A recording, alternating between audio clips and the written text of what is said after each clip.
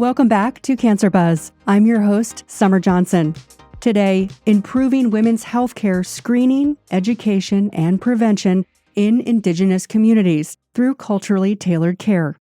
Joining the show today is Dr. Tricia Numan from the Roswell Park Comprehensive Cancer Center. If you want to culturally tailor your healthcare, I think that it's very important because it's not a one-size-fits-all. What might work for a population with access to transportation and close access to a hospital or close access to a healthcare facility may not be the same for Indigenous populations. Sometimes those populations are a little bit further geographically from a healthcare institution, or it might be a transportation issue. Some of the Native American reservations or Indigenous territories are rural or are not close to a healthcare facility. So all of those factors have to be taken into account. Talk to us about the barriers facing women in Indigenous populations. Sure. So in Indigenous populations, I think there is a fair amount of mistrust of the federal government, for one, and then also for healthcare.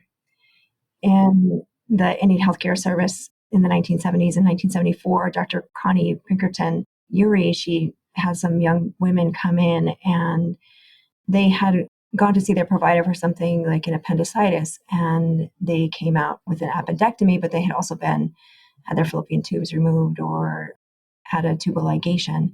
So they underwent these dual sterilizations, and they were young women, anywhere from 18 to 21 years old.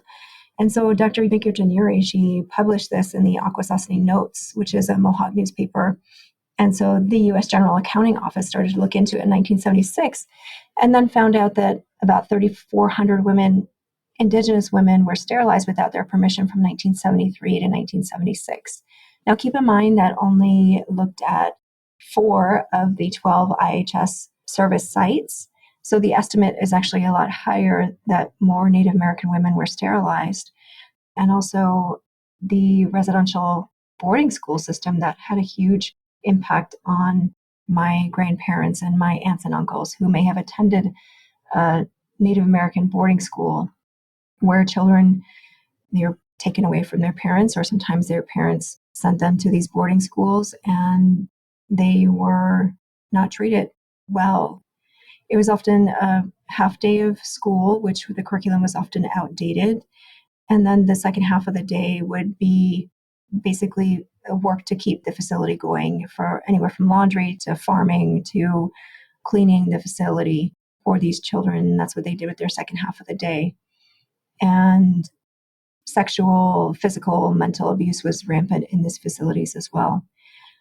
So those are some major things that have happened in not so recent past to Native populations. And I think it's really important for healthcare providers to take that recent history into account when they're caring for Native patients. I think that there's also a recent study that shows that people who attended these boarding schools, they have higher rates of cancer compared to Native people who did not attend boarding schools. What should we keep in mind with culturally tailored approaches?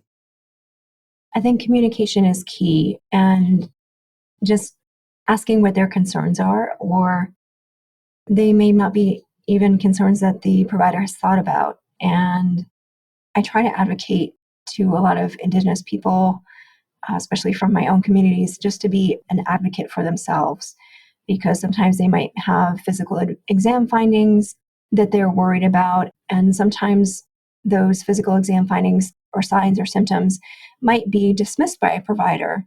And I think it's really important for people to advocate for themselves. I think about family history as well. And some of the points that we just made about, survivors of the residential school system, and they have higher rates of cancer and chronic disease. How does integrating community voices into the cancer program design impact the patient experience? Community voices are so important because it's basically help building that trust again. If you see a person that you trust and in your community, maybe a healthcare provider, whatever level that may be, a nurse practitioner, or maybe your dental provider, or even your primary care physician, or maybe even a specialist that you see in your community, and you know that they're trying to do good for the community, and you know that they are someone that you can trust. Thank you, Dr. Numan. You can visit the show notes for more on improving women's health and cancer screening in Indigenous communities. Until next time, for the Cancer Buzz crew, this is Summer Johnson. This show is a resource of the Association of Cancer Care Centers.